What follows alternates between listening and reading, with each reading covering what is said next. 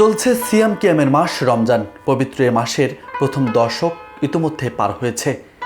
এর মধ্যেই রোজার ঈদের সম্ভাব্য তারিখ জানিয়েছে সংযুক্ত আরব আমিরাতের দুবাই জ্যোতির্বিদ্যা গ্রুপ। বুধবার খালিজ টাইমসের এক প্রতিবেদনে এ তথ্য জানানো হয়েছে। প্রতিবেদনে বলা হয়েছে, এবার রোজা 29 নাকি 30 হবে এ বিষয়ে তথ্য প্রকাশ করেছে সংযুক্ত আরব আমিরাতের দুবাই জ্যোতির্বিদ্যা গ্রুপ।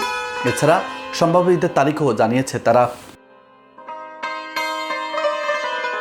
সংস্থাটি জানিয়েছে, আরব আমিরাতে 30 মার্চ শাওয়াল মাসের চাঁদ দেখা যাবে। ফলে 31 মার্চ দেশটিতে ঈদের দিন পালিত হবে। জ্যোতির্বিদ্যা কেন্দ্র জানিয়েছে, আপনার চাঁদ দেখতে পেলে পর্যবেক্ষণের বিষয়টি স্থায়ী কমিটি অথবা অফিসিয়াল চাঁদ দেখা কমিটিকে জানাবেন। আমিরাতে 30 মার্চ সন্ধ্যায় ঈদের চাঁদ দেখা যেতে পারে। ফলে 31 মার্চ দেশটিতে ঈদ উল ফিতরের দিন হতে পারে। মধ্যপ্রাচ্য সহ আমিরাতে এবার 31 মার্চ ঈদ উল ফিতর হলে অঞ্চলটিতে 30টি রোজা পালিত হবে। গত 28 ফেব্রুয়ারি সন্ধ্যায় রমজানের চাঁদ দেখা যায়। ফলে 1 মার্চ থেকে এ অঞ্চলে রমজান মাস শুরু হয়। খালিজ টাইমস জানিয়েছে, আমিরাতে চাঁদ দেখা কমিটি আগামী 29 মার্চ শাওয়াল মাসে চাঁদ অনুসন্ধান শুরু করবে।